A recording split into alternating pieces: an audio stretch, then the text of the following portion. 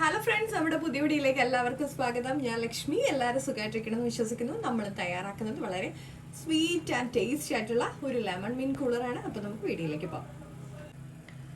നമുക്ക് ജ്യൂസ് തയ്യാറാക്കാനായിട്ട് ഞാൻ ആദ്യം കുറച്ച് നാരങ്ങ നീരൊന്ന് ഒഴിച്ചു കൊടുക്കുകയാണ്.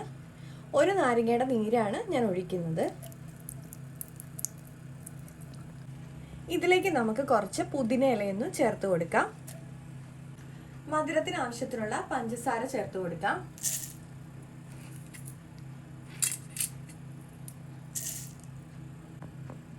ഇനി നമുക്ക് നല്ല തണുത്ത വെള്ളം ഒഴിച്ചുകൊണ്ട് അടിച്ചെടുക്കാം. ഇനി നമുക്കിത് ഗ്ലാസ്സിലേക്ക് സെർവ് ചെയ്യാം.